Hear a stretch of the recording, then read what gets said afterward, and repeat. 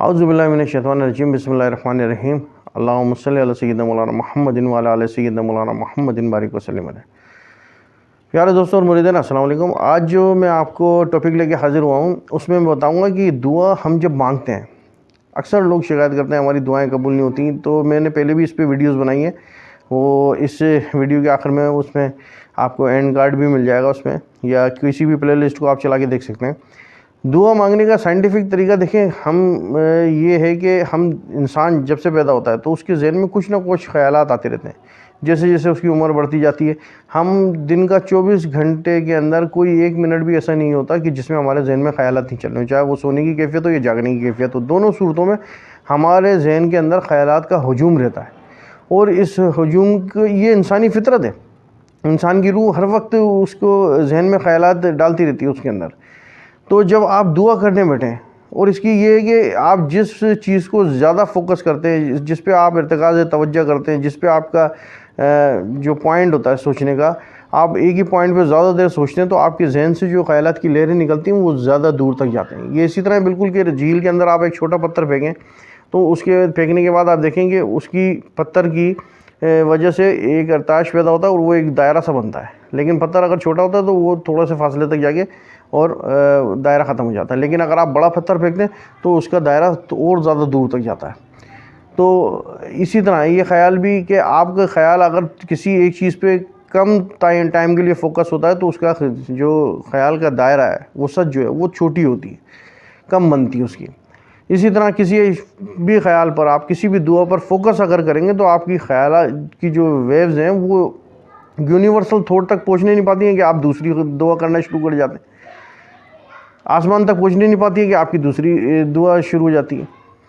تو یہ دعا آپ کی مطلب یہ کہ ایک یونیورسل تھاٹ جو ہے اور وہاں تک پہنچنی چاہیے آپ کی۔ اب وہ یونیورسل تھاٹ کا جو پہلا جو ہے آپ کا، وہ آپ کے اندر یہ دل، کہ مطلب آپ سے دماغ سے جو آپ نے سوچ کے دعا کی ہو تو اس کی سوچ کا فوکس کے جو دائرہ ہے وہ آپ کے دل تک پہنچنا چاہیے، کیونکہ اللہ تعالیٰ جو فرما رہا ہے کہ نانو اقرب علیہ من حبل الورید، میں تمہاری رگے جاں سے زیادہ قریب ہوں۔ اب یہ رگے جاں تو ادھر ہے، دل میں تو ہم یوں نہیں کہیں گے کہ رگے جاں ادھر ہے، یہاں پر ہے۔ تو آپ نے یہاں سے سوچا تو کم سے کم آپ اپنی سوچ کو یہاں تک تو پہنچائیں، پہنچنے والا اللہ تو کہیں بھی سن سکتا ہے، لیکن آپ یہ فوکس کریں کہ آپ کی جو خیالات کی لہریں وہ آپ کے دل تک پہنچنی ہے یا آسمان تک پہنچنی ہے، جو آپ کو آسان لگتا ہے وہ آپ فوکس کریں۔ تو اس پہ ایک ہی اور ایک وقت میں ایک دعا مانگیں۔ جب آپ 8-10 دعائیں ایک ساتھ مانگتے ہیں تو آپ کا فوکس نہیں ہوتا اس پہ، آپ کی توجہ نہیں بنتی ہے اور ذہن آپ کا خود منتشر رہتا ہے۔ تو ایک وقت میں ایک دعا مانگیں تاکہ اس کا جو فوکس ہے وہ دور تک بنے اس کا، اور اس پہ آپ کا ارتکاز ہو، آپ کی توجہ ہو، اور پوری یکسوئی کے ساتھ ایک دعا مانگیں۔ ایک وقت میں ایک دعا مانگ کے دیکھیں، انشاءاللہ آپ اس کو بار بار ریپیٹ کریں اسی عمل کو۔ جب آپ کا ایک دعا پوری ہو جائے تو دوسری دعا مانگنا شروع کر دیں۔ ویسے تو اللہ تعالیٰ رحمان الرحیم ہے، وہ تو آپ کی دعاؤں کا سننے والا ہے، ان ربی لسمیع الدعا، کہ وہ تو دعاؤں کا سننے والا ہے اللہ تعالیٰ۔ لیکن ہو سکتا ہے کہ آپ کی وہ 4-5 دفعہ میں بھی الگ الگ دعائیں جو ہیں وہ بھی سن لیں ایک ساتھ، بے شک وہ قادر ہے ہر چیز پہ۔ اور لیکن جو اکثر لوگ شکایت کرتے ہیں تو میں ان کو یہی مشورہ دیتا ہوں کہ ایک وقت میں ایک دعا مانگیں، تو اس سے یہ ہوتا ہے کہ ان کا ایک فوکس بنتا ہے، ایک توجہ بنتی ہے، تو دعا بھی انشاءاللہ پوری ہونا شروع ہو جائے گی۔ اور اس کے ساتھ ساتھ صرف دعا ہی نہیں مانگنی کہ سارا دن آپ چغل خوریاں کرتے رہیں، غیبتیں کرتے رہیں، جھوٹ بولتے رہیں اور اس طرح طریقے سے دعا مانگیں گے تو آپ جو پہلے دعا آپ کی قبول نہیں ہو رہی تھی اب دعا قبول ہونا شروع ہو جائے گی۔ ایسی کوئی بات نہیں ہے، آپ نے پہلے اپنے اعمال بھی صحیح کرنے ہیں، نماز پڑھنی ہے، اور آپ کے جو اعمال ہیں وہ بھی کرنے ساتھ ساتھ، جب جا کے یہ کانسیپٹ کام کرتے ہیں۔ روحانیت کے کانسیپٹ کوئی ایسی چیز نہیں ہے کہ آپ دکان سے جا خرید کے لائے، آپ نے اپلائی کرنا شروع کیا اور ہو گیا۔ یہ LED TV تھوڑی ہے کوئی کہ آپ نے نیا لے کے آیا اور چلانا شروع کر دیا، اس طرح نہیں ہوتا۔ تو اس کے اندر روحانیت میں یہی ہے کہ آپ کا دل لالچ سے صاف ہو، دوسروں کو دکھ نہیں پہنچائیں، کوئی گناہوں سے حتی الامکان توبہ کر کے بچنے کی کوشش کریں۔ اللہ تعالیٰ تو دلوں کا حال جانتا ہے، پھر وہ آپ کی مدد بھی کرے گا آپ کے کاموں میں۔ آپ زبانی طور پہ اگر بولتے رہیں گے کہ نہیں ہم تو کلمہ بھی پڑھتے ہیں، ہم نماز بھی پڑھتے ہیں، تو ایسے کیسے؟ اکثر ہم نماز پڑھتے ہیں تو ہمارے ذہن میں ویسے خیالات نہیں آتے، ہم ٹی وی وغیرہ دیکھ رہے ہوتے ہیں کچھ بھی۔ اکثر لوگ شکایت کرتے ہیں کہ ٹی وی ڈرامہ وغیرہ دیکھتے ہیں تو کوئی خیالات نہیں ہوتے، لیکن جہاں نماز پہ کھڑے ہوئے تو دنیا بھر کے خیالات ان کے ذہن میں آنا شروع ہو جاتے ہیں۔ تو ایسا کیوں ہو رہا ہے؟ اسی لیے کہ آپ توبہ کر کے اللہ کے سامنے کھڑے ہوں، اور سب چیزوں سے جب ہم اللہ اکبر کہہ کے ہاتھ یہاں تک اٹھاتے ہیں تو اس کا مطلب ہم نے دنیا سے ہر چیز سے ہاتھ اٹھا دیا ہے اللہ کے آگے، اور اللہ کے حضور کھڑے ہوئے ہیں۔ اب اللہ سے زیادہ اور کیا ہے؟ اس میں ماں باپ، بہن بھائی، آپ کا مال، آپ کا گھر وغیرہ سب سے ہاتھ اٹھا دیا آپ نے، اب صرف آپ اللہ کے سامنے موجود ہیں۔ تو جب یہ سوچ کے آپ پڑھیں گے تو آپ بالکل خیال ادھر ادھر نہیں جائے گا، اور اللہ کو اپنے سامنے بالکل محسوس کریں کہ آپ اس کے سامنے عاجزی کے ساتھ ہاتھ باندھ کے کھڑے ہیں،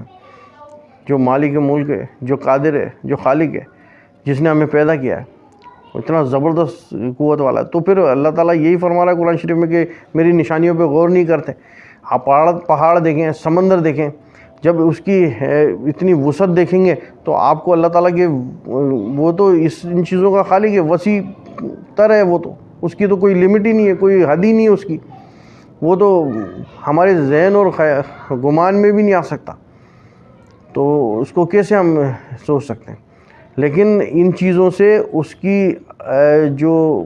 قادر ہونے کی صفت ہے، جو اس کی خالق ہونے کی صفت ہے، جو اس کی مالک ہونے کی صفت ہے، وہ ہمارے دل میں پیدا ہوتی ہے، اور ہم جانتے ہیں کہ یہ ایک رب ہے ہمارا جو اتنا وسیع اور طاقتور ہے، اور اسی کا علم ہے اور اسی کی حکمت ہے ساری۔ تو عاجزی کے ساتھ بندہ عاجز ہو جاتا ہے سوچ کے کہ وہ کیسا ہے، تو عاجزی کے ساتھ اس کے سامنے کھڑا ہو جاتا ہے کہ یا اللہ تو ہی کچھ ہے، جو ہمارا علم کچھ نہیں ہے، ہماری ذات کچھ نہیں ہے، ہم ہیں ہی کچھ نہیں، اور تو ہی سب کچھ ہے، تو ہمیشہ رہنے والا ہے۔ اللہ تعالیٰ قرآن شریف میں فرما رہا ہے نا سورہ رحمان کے اندر کہ کل من علیہ فان یبقی وجہ ربک ذو الجلال والاکرام، کہ تمام چیزیں فنا ہونے والی ہیں، ہم بھی فنا ہونے والے ہیں، آپ بھی فنا ہونے والے ہیں، سب فنا ہونے والے ہیں، یہ دنیا، چاند، ستارے سب فنا ہو جائیں گے، لیکن ایک ذات رہ جائے گی، صرف اللہ تعالیٰ کی، وہی عظیم تر ہے اور وہی بزرگ برتر ہے، اور تمام تعریفیں اسی کو لائیں گے۔ تو اللہ تعالیٰ کو دل سے محبت سے یاد کریں، اس کے سامنے محبت سے توبہ کریں، اور کیونکہ انسان کا دیکھیں قانون فطرت کا ڈر، جس چیز سے ڈریں گے آپ دور ہوتے ہیں۔ ہم آگ سے ڈرتے ہیں، اس میں ہاتھ نہیں ڈالتے کیونکہ آگ ہاتھ جلا دے گی ہمارا۔ ہم تیرنا نہیں آتا، سمندر سے ڈرتے ہیں، 20 سمندر میں ہم کودنے سے، کیونکہ ڈوب جائیں گے، مر جائیں گے۔ اسی طرح بہت زیادہ بلندی پہ نہیں جاتے ہم، کہ وہاں سے نیچے دیکھتے ہیں تو ہمیں دیکھ کے صرف چکر آ جاتے ہیں، ہم ڈرتے ہیں کہ ہم یہاں سے گریں گے تو مر جائیں گے۔ تو فطرت ہے کہ انسان جس چیز سے ڈرے گا اس سے دور بھاگے گا۔ تو اللہ تعالیٰ سے محبت کیجیے، اللہ تعالیٰ سے پیار کیجیے، تو آپ فطرت اور محبت کا یہ قانون ہے کہ آپ جب محبت کریں گے اللہ تعالیٰ سے تو اللہ تعالیٰ کے قریب ہو جائیں گے، آپ اللہ تعالیٰ کے نزدیک ہوں گے۔ اللہ تعالیٰ بھی بندے کے ہر وقت نزدیک ہی ہے، لیکن آپ اس کو فیل کرنا شروع کر دیں گے کہ آپ اللہ تعالیٰ کے قریب ہو رہے ہیں، وہ تو ہے ہی ہمارے پاس۔ تو بس اسی قدر ہے کہ اللہ تعالیٰ ہمیں توفیق دے اور اپنی محبت عطا کرے